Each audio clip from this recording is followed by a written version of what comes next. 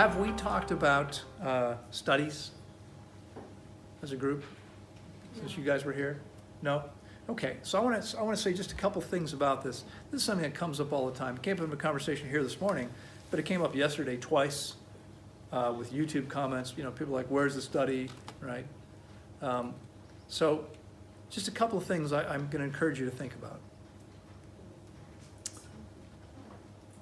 Much of the research that's done today, so research studies are expensive. They cost a lot of money to perform. Anyone have any idea how much?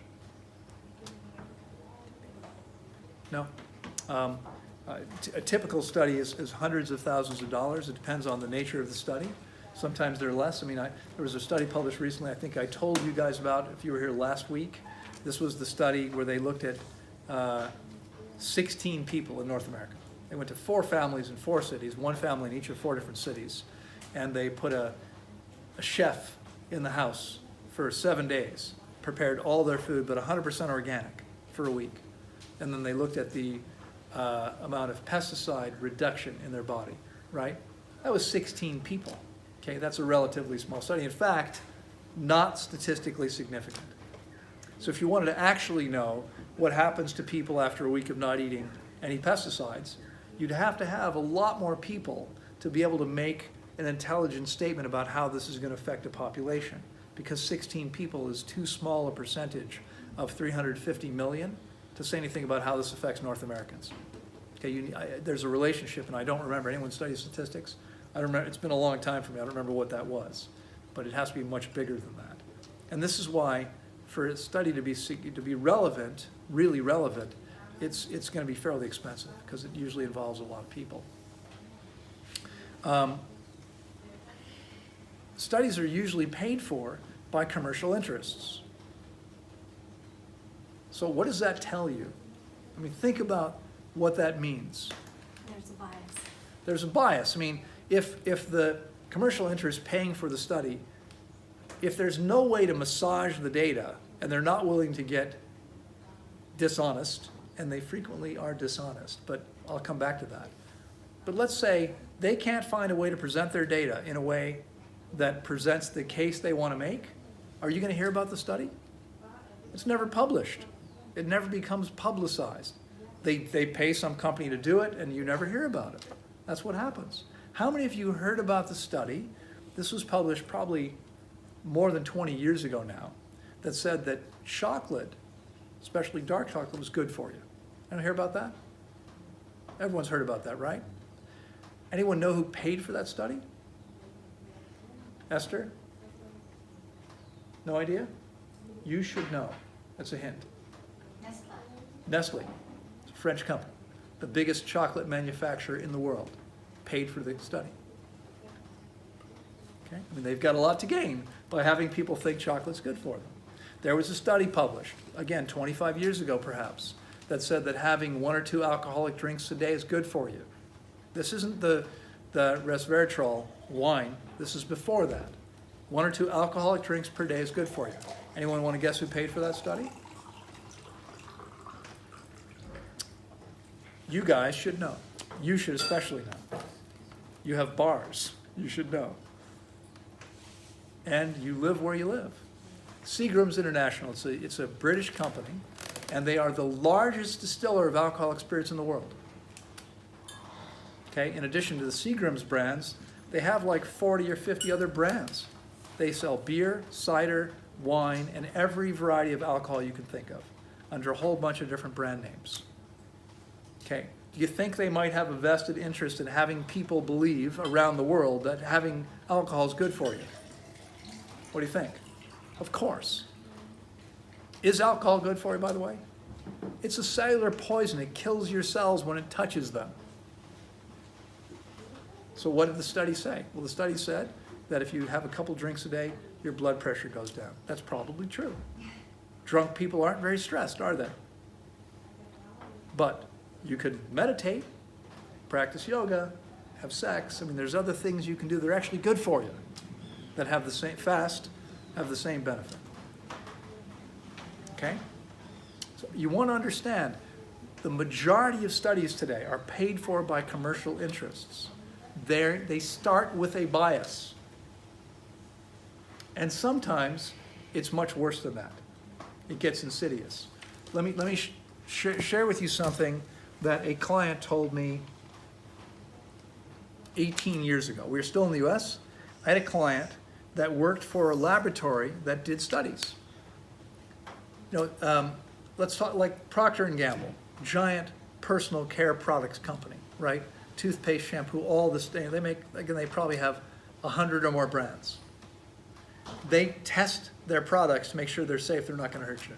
Unfortunately, they often test them on animals, etc. But they test these things, and they're looking at data, right? And they want to be able to show a specific relationship. Here's what this guy said to me. So, a graph, you have an X and Y axis. It doesn't matter what they represent here, that's not the point. But let's say they do their study, they get all the data, and here's what they wind up with.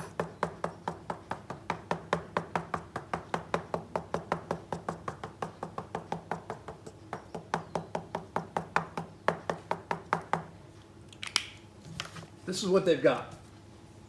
Measles. Okay, is this going to tell us anything? No, it's not going to tell us anything. But it turns out what they wanted to be able to demonstrate that relationship. That's what they wanted to demonstrate. That's what they were hoping to show. So this guy who worked at this laboratory said to me, so what we do is we start with 10,000 data points, and then afterward, we pretend that 9,000 of them didn't exist. And here's what we show.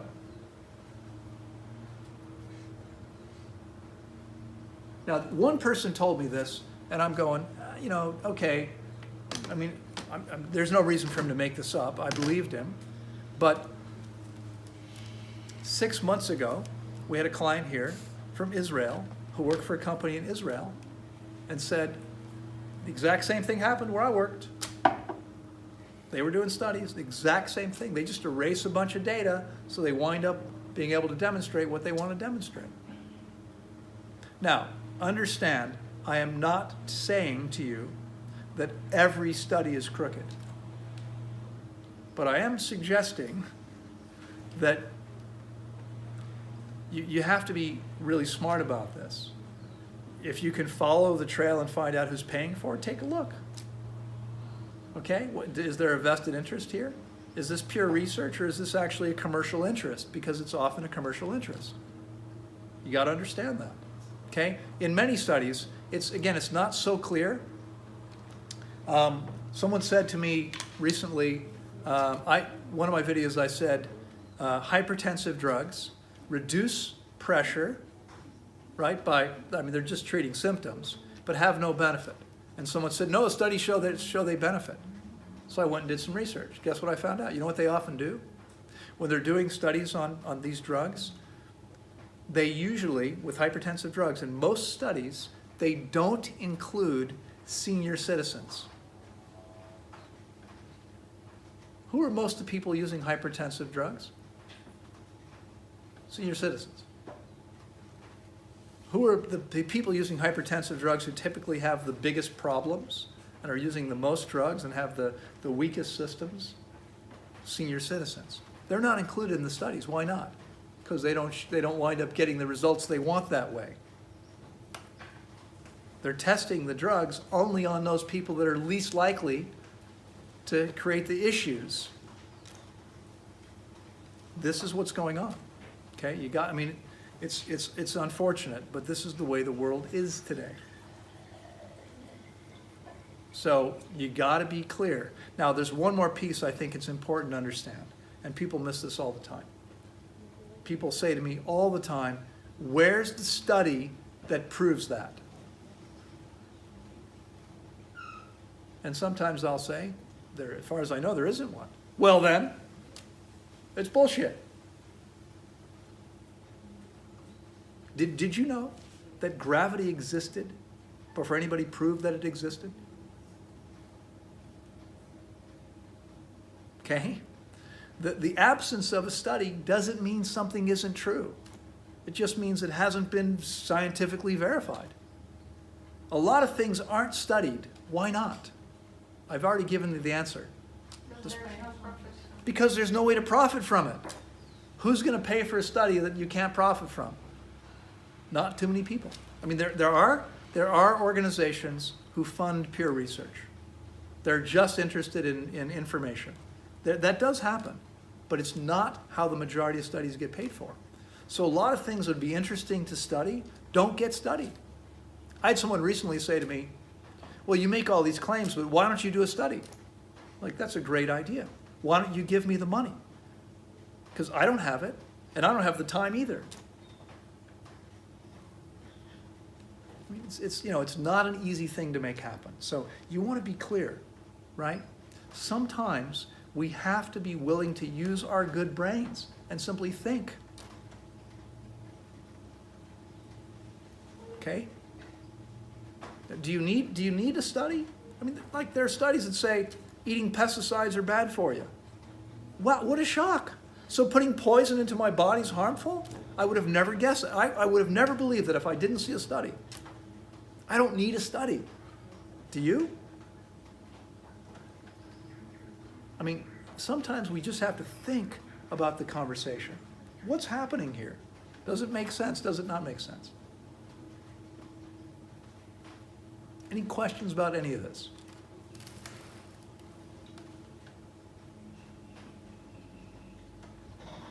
Anyone? No? Not a question, but Yeah. I'm not sure we can rely on our judgment only, because if we're full of cognitive bias, and like if we didn't do science, like we would still think that the sun turns around us. Exactly. Some people still think that. Yeah. So I mean, I disagree in some degree with what No, you just said. again, listen, I hope it's clear. As I said a few minutes ago, not all studies are bad. I'm not vilifying science at all. Science is wonderful. Science is simply an organized, intelligent way to try to understand the natural world, the world, anything. That's what science is. There are people who say science is bad, science is crooked. No, there might be bad science, but science itself, it's just using our intelligence and approaching something in a way that makes sense. Look, there's more I should have said earlier. Okay, in fact, I've given an example once before. I think I talked just last week about the walnut study, right? Do you remember? So you weren't all here. So a study published maybe 10 years ago said they took a group of people, they divided them into two groups of statistically significant sample size in North America. One group, there's the control group, the study group, had 3 ounces of walnuts added to their diet every day. They saw big health improvements. A man I respect and I think is very intelligent says everyone should eat 3 ounces of walnuts. That is not a valid conclusion. It's not. The conclusion I draw from that is, if you eat a conventional diet, you'll be better off adding 3 ounces of walnuts. That was proven. That's what they proved.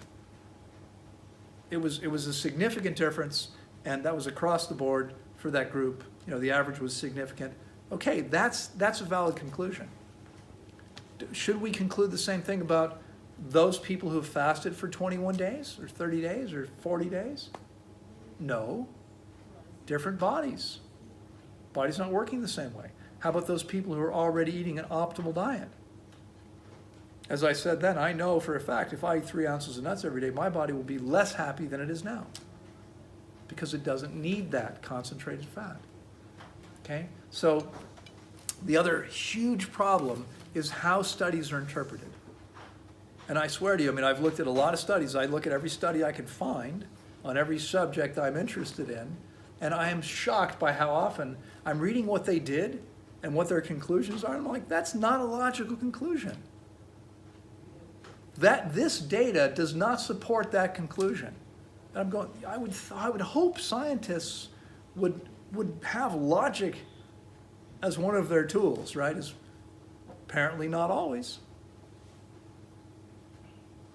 Okay? But science, certainly I'm not saying science is bad. We're recording this because scientists figured out how to make this stuff work, right? We owe a lot to science. Science is a wonderful thing. I'm not vilifying science at all. Everything I teach you about is supported by science. It doesn't mean there's a study, but science isn't just about studies. Science is about observing what's happening, coming to conclusions, coming up with a hypothesis, seeing if you can prove and disprove it. That's what it's about. Okay.